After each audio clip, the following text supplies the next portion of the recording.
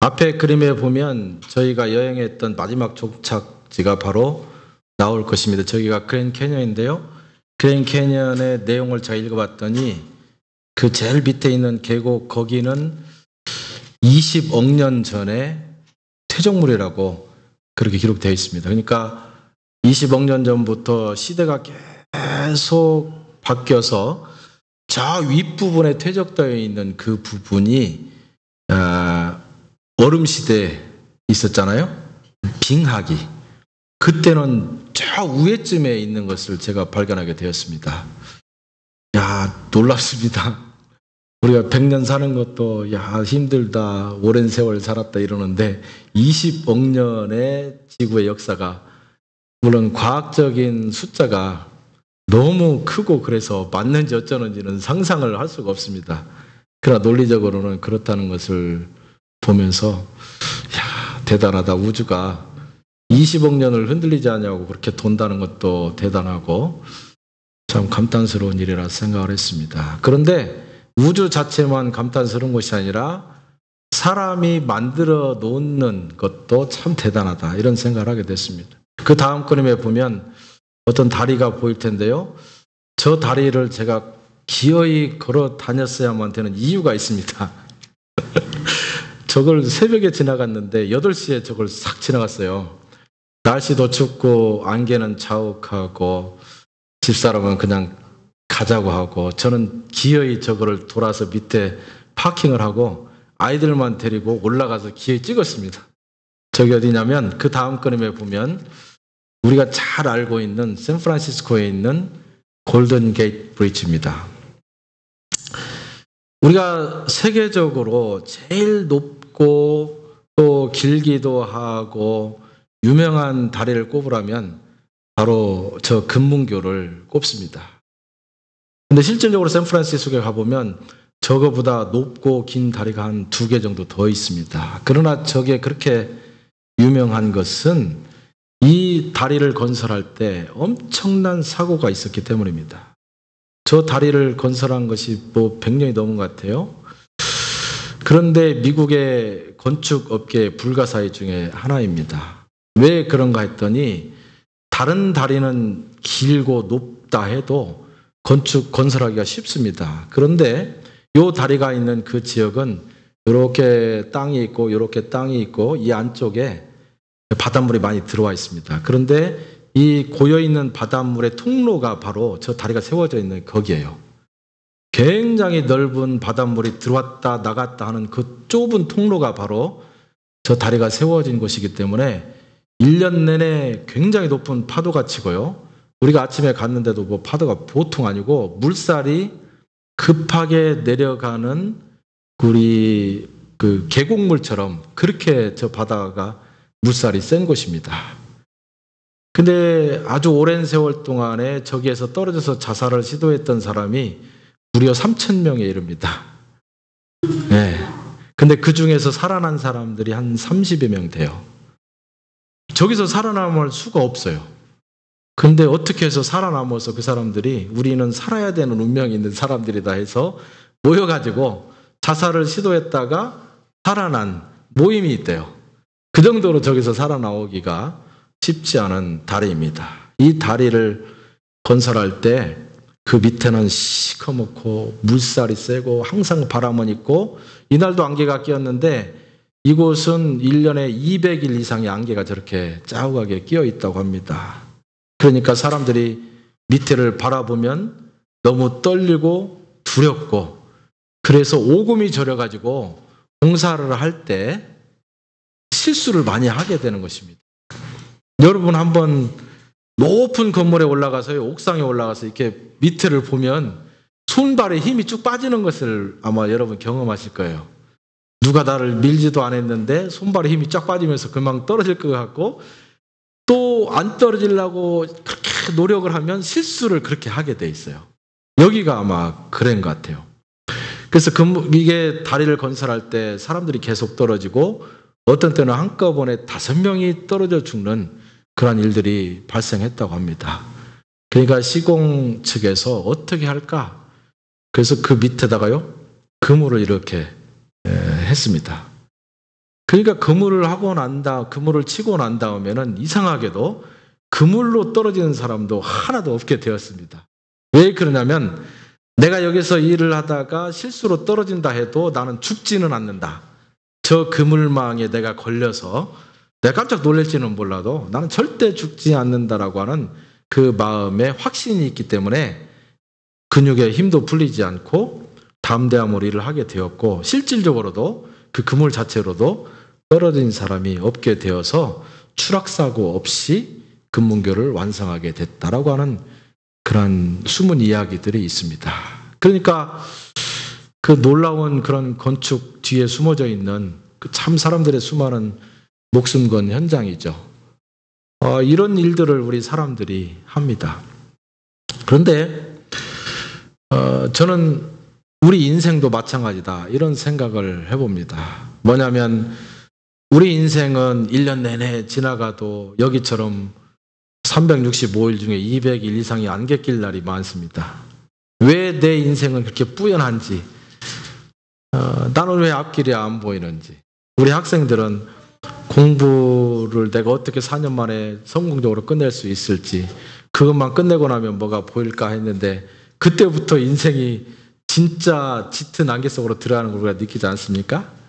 그래서 누군가하고 제가 얘기를 하면서 내가 젊음이 좋고 옛날이 참 상상하면 웃음이 미소가 지고 하지만 그 시절로 돌아가라고 하면 난 절대 못 돌아가겠다. 다들 그렇지 않습니까?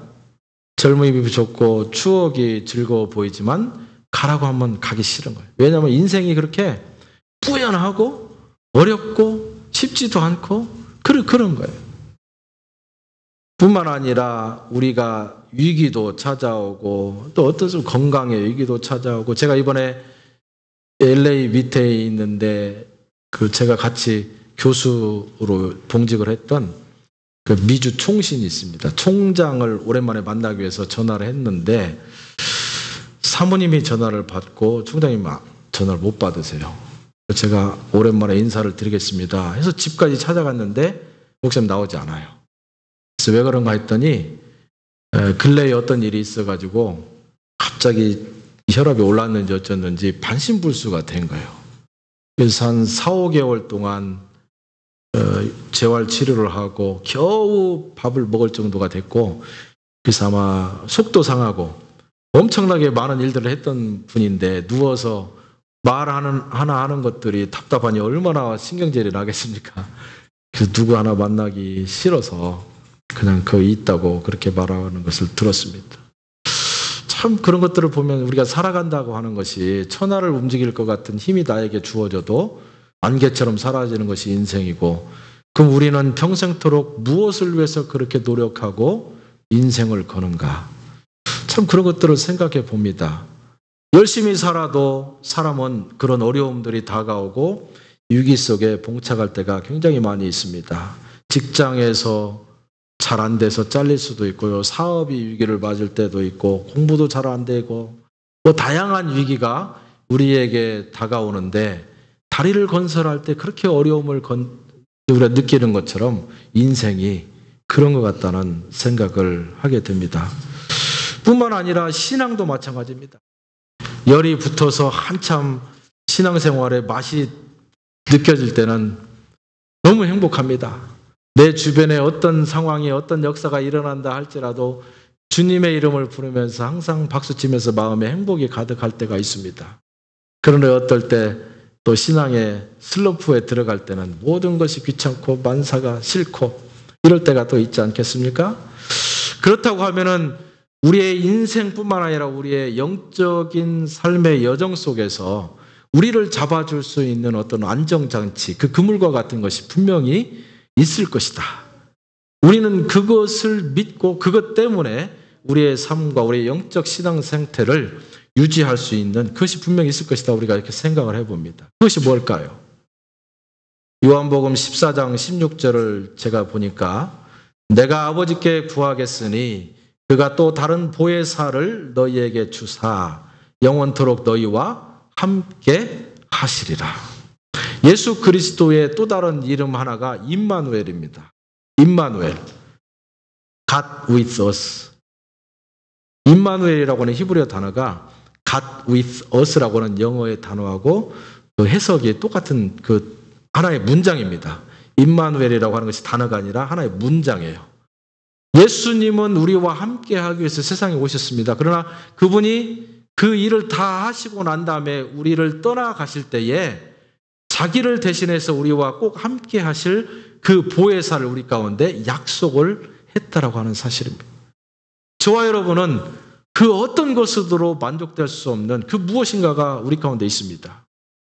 근데 그것은 우리를 창조하신 하나님이신 또 그분의 아들이신 예수 그리스도가 우리와 함께 할 때 우리는 안전하고 평안을 느끼고 행복하고 영적인 충만함이 우리 가운데 있는 것입니다. 그런데 예수님이 하늘로 올라가시면서 우리에게 나를 대신해서 너희와 함께 너희를 평안하게 너희를 안전하게 보호할 그 보혜사를 주겠다. 기다려라. 그것이 누굽니까? 보혜사 성령입니다. 다른 말로 하면 성령이 우리의 인생 가운데 우리의 삶 가운데 우리의 그물망처럼 우리의 보호막이 되어서 저와 여러분을 위로하시고 도우시고 우리의 동반자가 되어서 우리를 끝까지 하나님의 나라에 들어가기까지 우리를 견인한다라고 하는 사실입니다. 얼마나 놀랐습니까? 여러분, 여러분의 인생을 안전하게 평안하게 그리고 하나님의 뜻을 따라서 살기를 원하십니까? 그렇다고 하면 여러분 성령과 동행하실 수 있기를 축원합니다. 우리 그리스도인은요, 봉사도 좋고 뭐 다 좋습니다. 다른 사람에게 칭찬받는 것도 다 좋습니다. 그러나 그것은 우리가 성령과 동행하여서 하나님의 백성이 된 사람으로서 세상을 살아갈 때 성령의 사람이 된 증거로 우리에게 드러나는 일종의 결과입니다. 그것이 우리의 목표는 아니에요. 우리가 성령의 사람이 되고 성령의 붙들림 바 되고 그 성령의 인도하심이 우리의 마음 가운데 우리의 삶 가운데 있을 때 우리의 삶을 통해서 저절로 드러나는 역사들이 다 그런 것이라고 하는 사실입니다. 근데 참 안타까운 것을 우리가 발견하게 됩니다. 그건 뭐냐면 성령 충만하지 못한 삶을 우리가 거듭적으로 살아가고 있다는 사실이에요. 예, 우리의 최대의 목표이고 유일한 목표임에도 불구하고 우리 신앙인은 성령 충만은 관계없이 다른 일들에, 다른 봉사에, 다른 것에, 인간관계에 에너지를 많이 쏟는 것을 보게 됩니다. 그건 뭐냐면 마치 안고 없는 찐빵을 내가 먹는 것처럼 무엇인가를 먹고 있지만 본질적으로 맛이 없고 그 안에 있는 진품을 먹지 못하는, 그래서 끊임없이 이거 뭐 먹기는 하는데 맛이 없다 이런 것을 느끼는 것 같은 신앙생활이 될 수도 있다고 하는 사실입니다. 그러니까 우리가 신앙생활을 하고 있느냐 안 하고 있느냐가 중요한 것이 아니라 우리가 초점을 맞추어서 신앙생활을 하고 있느냐 그렇지 않느냐가 굉장히 중요한 문제가 될 수 있다고 하는 사실입니다. 여러분, 그러면 우리가 어떻게 성령의 역사하심을 느낄 수 있겠습니까? 내가 느끼려고 억지로 해야 됩니까? 아니면 어떤 방법이 있지 않겠습니까?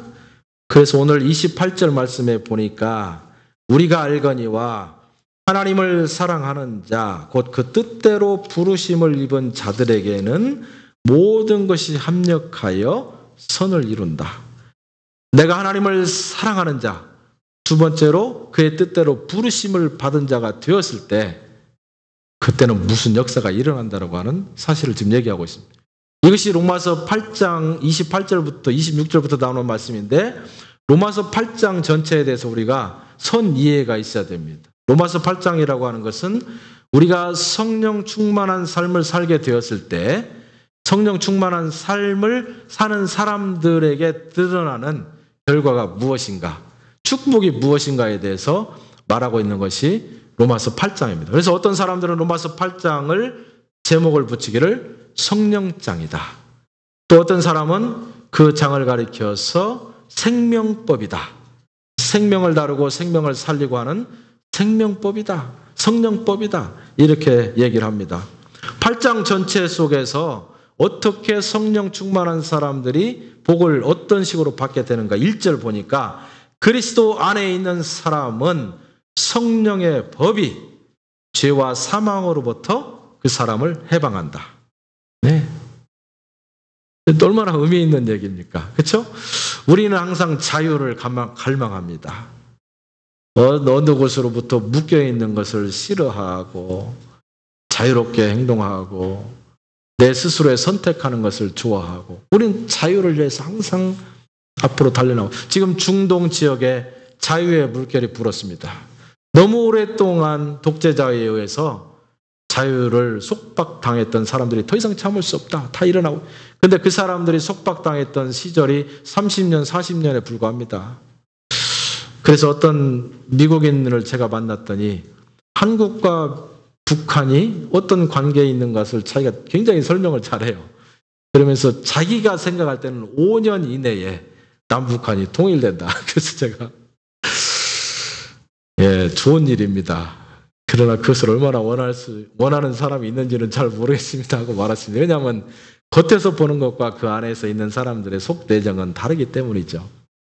그럼 왜 그렇습니까? 겉에서 이렇게 보면 자유를 속박당한 채 60년을 사람이 살았다는 것은 참을 만큼 참은 거예요. 그래서 북한에서는 지금 어린아이들을 참 입으로 말로 할 수 없을 만큼 그렇게 지금 음식으로 사용할 경우가 있어요. 누가 죽었습니다. 시체를 묻어놓고 밤에 나가서 시체를 파옵니다. 가족이 먼저 먹고 정육점에 팔아요. 현실입니다. 그래서 언제 이게 남북한이 통일될 것은 아마 시간 문제다. 이렇게 얘기를 합니다.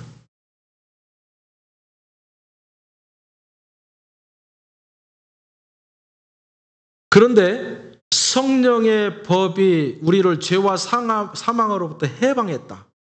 눈으로 보이는 우리를 압제하는 것들도 우리가 그렇게 해방되고 싶어 하는데 보이지 아니하는 영의 세계, 사탄의 세력이 우리를 저와 여러분을 압제하고 누르고 참된 자유를 방해하고 한다면 겉으로의 삶이 아무리 풍요롭다 할지라도 우리가 행복하겠습니까? 내가 가진 게 있고 많이 배웠고 이 정도면 됐다 싶은데도 불구하고 여러분 마음 가운데 뭔가 누르고 있는 것이 있고 행복하지 못하고 뭔가 부족한 것이 느껴진다면 그것은 영적인 문제일 것입니다. 예, 하나님께서 저와 여러분에게 주신 참된 자유를 속박하고 있는 아직도 거짓으로 너희에게는 자유가 없다라고 계속적으로 우리에게 거짓말하는 사탄의 속임수에 분명히 우리가 걸려 있는 것입니다. 그러나 우리 마음 가운데 성령이 충만한 사람은 사탄의 속임수에 속지 아니하고 나는 참된 자유가 있다. 사탄이 합법적으로 나를 잡을 수 있는 근거가 전혀 없다라고 선포할 수 있는 실력이 있어진다라고 하는 사실입니다. 13절에도 보니까 너희가 육신대로 살면 반드시 죽을 것이로되 육신대로 산다는 것은 무엇입니까? 우리가 밥을 먹고 힘을 쓰고 노동을 하고 이런 것을 육신으로 산다는 것이 아니라 우리가 성령으로 살지 아니하고 내 생각대로 사는 것을 육신으로 산다라고 얘기하는 것입니다. 너희가 육신대로 살면 반드시 죽을 것이로되 여러분 우리가 그리스도인으로서 성령 충만하지 못한 것이 우리에게 얼마나 위험한가를 보여주는 단적인 본문입니다. 우리가 성령의 인도함을 받지 아니하고 내 생각대로 내 방식대로 살면 죽을 수도 있고 안 죽을 수도 있는 것이 아니라 반드시 100% 우리는 죽을 수밖에 없다라고 하는 사실을 말하고 있어요. 영적으로 죽는다는 얘기예요. 영적으로. 그러나 영으로서 몸의 행실을 죽이면 무릇 하나님의 영으로 인도함을 받는 그들은 곧 하나님의 아들이라. 하나님은 영존하시는 분입니다. 그래서 하나님의 아들이 된 자들은 영원히 하나님과 영존하는 삶을 살게 됩니다. 그러니까 반드시 죽는 것이 아니라 하나님의 영으로 인도함을 받는 저와 여러분은 반드시 산다는 논리가 됩니다. 간단해요. 죽느냐 사느냐 그것이 문제로다. 고민할 필요가 없어요. 영으로서 살면 반드시 살고 육으로 살면 반드시 죽게 돼 있는 논리가 우리 신앙 가운데 이미 다 우리에게 보여준 사실입니다. 성령 충만하실 수 있기를 바랍니다. 영으로 삽니다. 살 수밖에 없게 될 것입니다. 육신대로 살지 않냐고 하나님의 영, 성령을 품고 살아가는 사람이 바로 하나님의 사람이라고 했습니다. 하나님의 사람은 참된 평안과 참된 기쁨을 누릴 수밖에 없다. 왜냐하면 그 안에 생명이 있기 때문이라는 말입니다. 오늘 본문 26절로 30절까지도요. 쉽게 보면 기도하는 사람의 결과에 대해서 얘기하는 것처럼 그렇게 보여집니다. 그러나 8장 전체에서 이 본문을 해석해 보면 어떠냐? 성령 충만한 사람이 기도하게 되었을 때 모든 것이 협력해서 선을 이루게 된다라고 하는 이야기를 하는 것입니다. 그러면 성령 충만한 사람, 그 마음에 성령으로 인도함을 받은 사람이 기도하게 되었을 때 모든 것이 합력하여 선을 이루게 된다면 그 앞에 나와 있는 성령 충만한 사람의 조건이 무엇입니까? 28절에 우리가 알거니와 하나님을 사랑하는 자, 곧 그 뜻대로 부르심을 입은 자. 다시 말하면 하나님을 사랑하고 두 번째로 그의 뜻대로 부르심을 입은 자가 성령 충만한 사람이고 그것이 성령 충만을 받을 수 있는 루트이고 그러한 사람이 기도했을 때 모든 것이 협력해서 좋은 결과가 나올 수 있다고 그렇게 이야기를 합니다. 하나님을 사랑하는 것. 여러분, 하나님을 어떻게 사랑합니까? 하나님을 여러분이 어떻게 사랑합니까? 너무 이렇게 영적으로만 생각해서 이렇게 할 건 아닙니다. 여러분, 내가 사랑하는 사람을 누군가를 사랑한다고 고백했을 때 가장 첫 번째 단계는 무엇이냐면 그 사람을 만나는 것입니다. 그 사람을 만나지 않고 내가 그 사랑을 표현할 수 있는 사람은 세상에 하나도 없어요. 내가 누군가를 사랑했다고 말한다면 내 마음에 그 사람을 사랑하고 있다고 생각한다면 나는 그 사람을 첫 번째로 만나야 됩니다. 그래서 그리스도인들이 하나님을 사랑하고 있다면 그 사람은 하나님 만나는 것을 가장 첫 번째로 여기고 하나님 만나는 시간을 즐거워한다라고 하는 사실입니다. 하나님 만나는 시간이 언제입니까? 아침에 눈을 뜨면서 하나님, 내가 하나님과 동행하겠습니다. 하루를 시작하면 그것이 하나님의 만남입니다. 그러나 우리가 공식적으로 함께 모여서 공동체로 하나님을 만나는 시간은 바로 예배로 모이고 함께 기도로 모이는 시간이 될 것입니다. 그러니까 여러분이 주일날 교회에 나온다는 것은 오늘 예배를 드리고 그 예배 드리는 것으로 끝난다라고 하는 생각을 가지고 나오는 것이 아니라 오늘 예배를 통해서 내가 하나님을 만난다. 하나님을 만나는 이유는 내가 하나님을 사랑한다고 고백하기 위해서 만나야 된다라고 하는 의식을 가지고 교회에 나와야 된다라고 하는 사실입니다. 내가 오늘 교회에 가서 말씀을 듣고 은혜 받았습니다. 그건 두 번째 문제입니다. 내가 오늘 교회 가서 하나님을 만났습니다. 그리고 하나님 만났을 때 내가 그분을 사랑한다고 고백했습니다. 그것이 우리 예배의 첫 번째 조건이라고 하는 것을 여러분 꼭 기억하실 수 있기를 축원합니다. 여러분, 예배를 잘 드리는 것은 다른 데 있는 것이 아닙니다. 예배 시간을 즐거워하고 이 예배 시간에 하나님이 내 앞에 임재하고 계신다라고 하는 사실을 확신하고 내가 그분 앞에 고백하는 것입니다. 하나님, 내가 당신을 사랑합니다. 당신을 내가 사랑하는 것을 당신이 아실 줄 믿습니다. 네, 그렇게 고백하는 것입니다.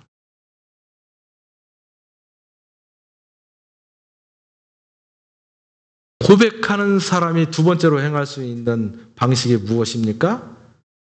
그 사람과 대화하는 것입니다. 사랑한다고 해놓고 입 딱 다물고 멀뚱멀뚱하면 뭐 너무 부끄러워서 그런 사람도 있겠죠. 그러나 정말로 사랑한다면 말을 하고 싶어서 어쩔 수 없으리라고 생각합니다. 여러분, 예배하러 나와서 내가 당신을 사랑합니다라고 고백한 다음에 여러분 하나님과 함께 대화하실 수도 있어야 됩니다. 대화를 어떻게 합니까? 기도하는 겁니다. 그래서 예배 처음에 나오면 사람들과 대화하고 짧게 빨리 하고 교회 먼저 들어와서 적어도 여기서 5분 동안 10분 동안 앉아서 하나님과 대화할 수 있기를 바랍니다.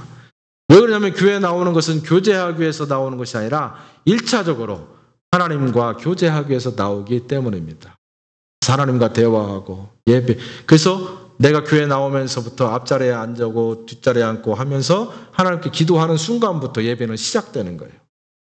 찬양하면서 예배 시작되는 것이 아니라 내가 기도하면서부터 하나님을 만나면서부터 하나님을 사랑한다고 고백하면서부터 그분과 교제하면서부터 예배는 시작되는 것입니다.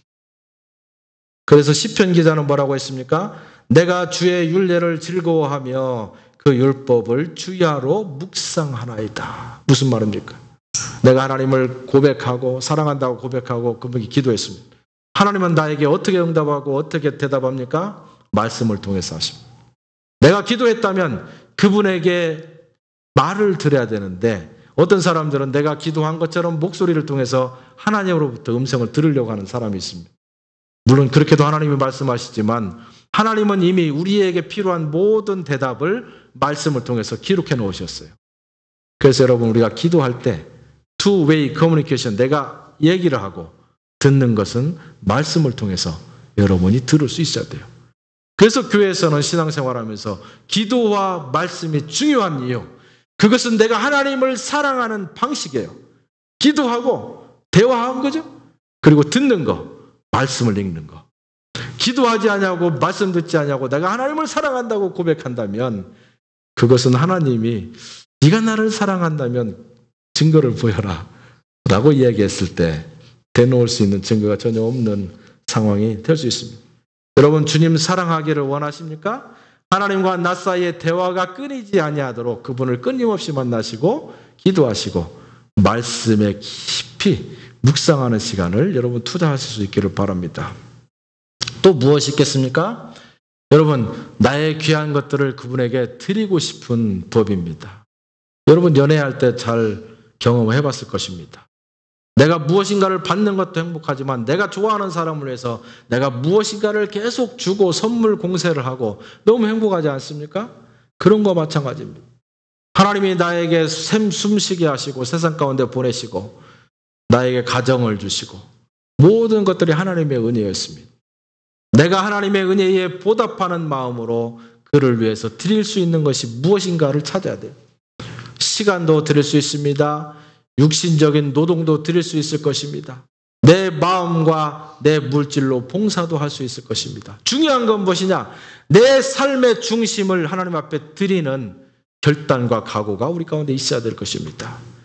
만약에 내 마음과 중심을 하나님께 드리겠습니다라고 결단한 사람은 나의 삶을 통해서 끊임없이 필요할 때마다 하나님이 필요한 것들을 내가 그분에게 감사하는 마음으로 공급할 수 있으리라고 생각합니다.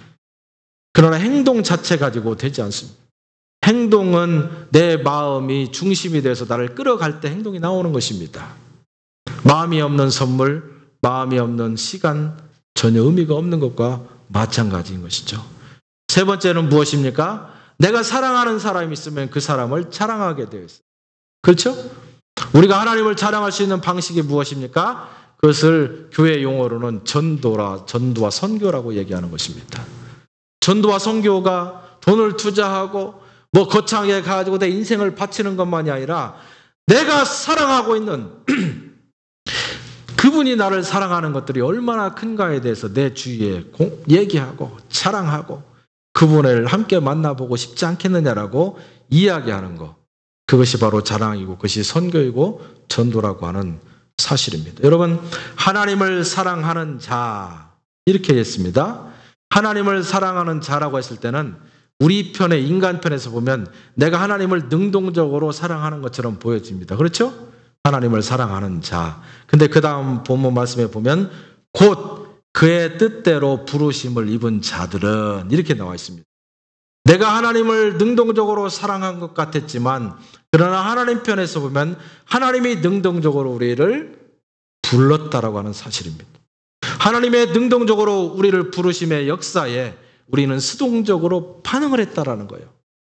그래서 사랑은 내리사랑입니다. 부모는 하나님의 형상을 갖고 있는 모양입니다. 그래서 부모가 먼저 자녀를 사랑하고 자녀는 우리의 사랑을 본받아서 우리를 사랑하는 것입니다. 여러분 부모된 저와 여러분이 자녀들로부터 먼저 사랑을 받으려고 하면 안 되는 것입니다. 그 자녀들은 부모에게 사랑을 하고 다른 사람을 사랑하고 또 다른 자녀를 사랑할 수 있는 에너지와 힘이 어디서부터 옵니까? 내 부모를 통해서 오는 것입니다.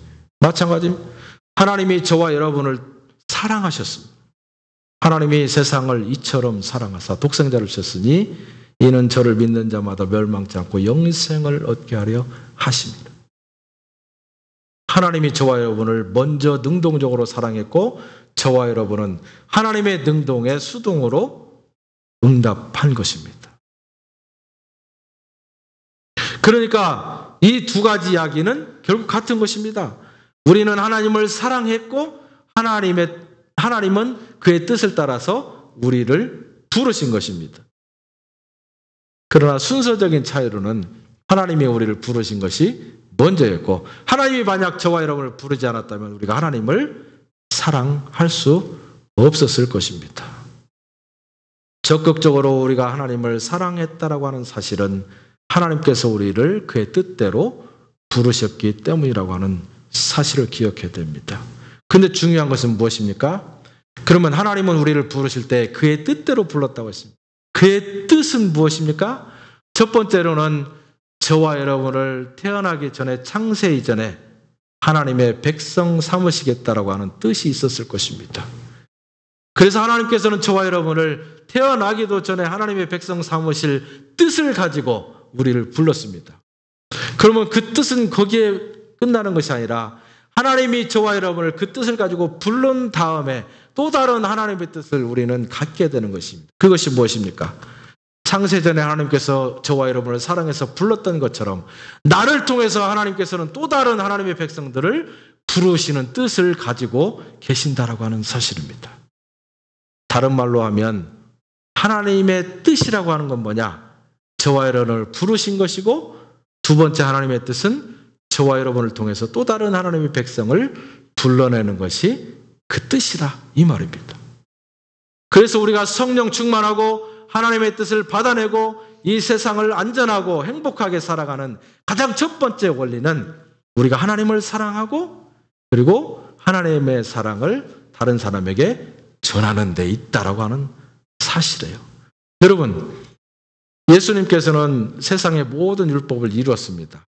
근데 그 모든 율법을 이룬 것을 우리에게 강요하면서 내가 이루었으니까 너희도 다 이루어라 라고 하면서 율법을 막 더 보탠 게 아니에요.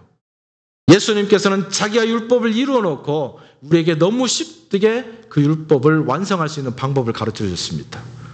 구약시대는 수많은 율법이 있었고 그 율법을 아우르는 10가지 10계명이 있었습니다. 그런데 예수님께서는 그 10계명을 하나로 압축했습니다. 사랑입니다. 사랑. 근데 그 사랑을 좀 더 구체화시키면 두 가지 사랑이에요. 하나님을 사랑하고 내 이웃을 사랑하라. 이 본문 말씀 보십시오.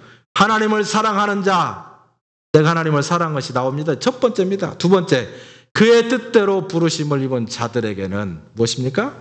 하나님이 우리를 사랑해서 불러낸 것처럼 두 번째, 나를 통해서 다른 사람을 불러내는, 다른 말로 하면 우리가 다른 사람을 사랑하는 방식으로 세상을 살아가야 된다고 하는 사실입니다. 하나님의 말씀, 예수 그리스도의 사역은 통일성이 있게 됩니다. 성령 충만한 방법도 바로 그 사랑 안에 있습니다. 우리가 하나님의 뜻을 이루는 것도 바로 사랑 안에 있습니다. 그 사랑은 어디로부터 옵니까? 하늘로부터 나에게 먼저 임하고 내가 하나님을 먼저 사랑한 다음에 세상을 살아갈 수 있는 능력과 힘을 우리가 얻게 된다라고 하는 사실입니다. 여러분, 우리 안에 사랑이 있기를 축원합니다. 그 사랑이 어떻게 옵니까? 하나님이 나를 사랑하셨다는 사실을 인정하지 않으면 절대 그 사랑이 올 수 없습니다. 내가 사랑받지 않았고 나에게 사랑을 준 사람이 전혀 없는데 어떻게 내가 사랑을 배우고 다른 사람을 사랑할 수 있는 에너지가 있겠습니까? 그러나 하나님께서는 저와 여러분을 사랑했다고 말씀하고 있어요. 내가 단지 그것을 받아들이지 않고 억셉트하지 않았기 때문이지 하나님께서는 이미 저와 여러분을 사랑했습니다. 여러분, 말씀을 보시면서 하나님이 우리 귀에 속삭이는, 우리 눈을 통해서 말씀하시는 내가 너희를 사랑했다라고 하는 음성에 여러분 응답하시기를 축원합니다. 여러분을 사랑하셨습니다. 아멘으로 받으면 돼요. 여러분이 아멘 할 때 여러분의 마음 가운데 살아있는 성령의 역사가 다른 사람을 사랑하고도 남을 수 있는 에너지로 임할 줄 믿습니다. 우리 열린교회는 그 무엇보다도 하나님을 먼저 사랑할 수 있는 은혜가 충만하기를 바랍니다. 그래서 하나님이 하나님을 사랑하는 자에게 임하시는 성령의 능력으로 우리 가운데 임재하셔서 우리 가운데 다른 사람을 사랑할 수 있는 또 다른 예수 그리스도의 사역들을 감당해내는 역사가 우리 열린교회 가운데 있어지기를 축원합니다. 초대교회 때요, 순교 현장으로 끌려가고 있는 한 순교자가 있었습니다. 이분이 한 얘기예요. 지금 순교 현장으로 끌려가고 있습니다. 자기를 순교시키기 위해서 끌고 가고 있는 병정들 앞에서 이렇게 얘기합니다. 나를 저주하십시오. 당신이 나를 저주하면 할수록 나는 당신을 사랑할 것입니다. 내게 침을 뱉어 주십시오. 그러면 나는 사랑의 숨결을 품어내겠습니다. 나를 구타하십시오. 나는 신음소리로 내 사랑을 고백하겠습니다. 나를 찌르십시오. 나는 당신을 사랑한다고 절규할 것입니다. 나를 짐승의 먹이로 던지십시오. 나는 사랑의 제물로 내 몸을 내놓겠습니다. 나를 불태우십시오. 그러면 나는 사랑의 열기로 당신의 증오하는 기술을 녹이겠습니다. 여러분, 세상이 나에게 어떻게 다가온다 할지라도 우리 안에 성령이 충만한 사람은 같은 방식으로 나가는 것이 아닙니다. 하나님의 방식으로, 성령 충만한 방식으로 나가게 되어 있는 것입니다. 만약에 여러분 주위에 있는 사람들이 이렇게 다가왔을 때 똑같은 방식으로 내가 반응을 하고 있다면 여러분 자신을 꼭 돌아보실 수 있기를 바랍니다. 내 안에 성령 충만함이 있는가? 내가 하나님의 사람인가? 하나님의 사랑을 내가 받았다고 인정하고 있는가? 그래서 그 성령의 사랑이 나를 통해서 드러나고 있는가? 우리 열린교회가 이웃과 죽어가는 영혼에 대한 깊은 관심을 갖게 되기를 축원합니다. 기도하겠습니다. 우리 한 1분 동안 묵상하면서 기도하겠습니다. 하나님, 지금까지는 내가 성령의 도우심과 임재하심과 전혀 상관없이 내 방식대로 노력하면서 살기를 원했습니다. 그런데 말씀해 보니까 육신대로 살면 반드시 죽는다고 말씀했던 것을 깨닫게 되었습니다. 하나님, 내 육신을 내려놓게 주옵소서. 그리고 성령의 충만하심이 나를 주관하게 하시옵소서. 여러분 그렇게 기도하시기를 바랍니다.